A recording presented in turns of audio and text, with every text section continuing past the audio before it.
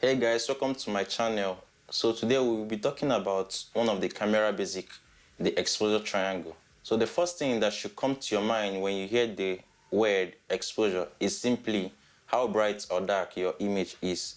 So actually we are about to discuss what I regarded as the sine qua non in balancing and getting the correct exposure from your camera. And if you're a beginner, this is also the right time we need to start. So here are the three things that you need to juggle together for you to get the correct exposure from your camera. And they are the ISO, shutter speed, and aperture. The ISO, this simply refers to fake light from your camera, and it's one of the things that determines your exposure. The ISO, which ranges from 100 to maximum of 16,000, depending on the camera you are using, can be used to darken or brighten up your image completely from your camera, regardless of the light on set or the time of the day. I know you will be like, wow, with ISO alone, I can get my correct exposure, or with it, I can brighten up my image. Actually, you can use it to brighten up your image, but one demerit in cranking up your ISO is that it causes grain or noise in your image. So the higher the ISO, the brighter your image becomes, and the higher the rate of noise that you accumulate into your image. So what does this tell you? That your ISO shouldn't exceed maximum of 1000. This can also be regarded as the eyelid of your camera, and is simply how long the camera sensor is exposed to light. So the faster the shutter speed, the lower the amount of light that enters your shots.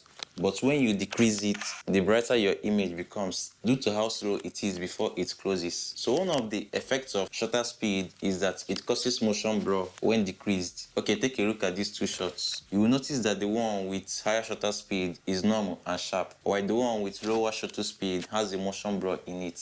What does this tell you? That you need to prioritize the use of higher shutter speed when you want to capture an image that portrays movements. Let's move to the last pillar of exposure, which is aperture. So the function of the aperture solely relies on the lens and is simply a variable opening in the lens which controls how much light that passes through it to make an exposure. So the higher the aperture, the darker and sharper my image becomes.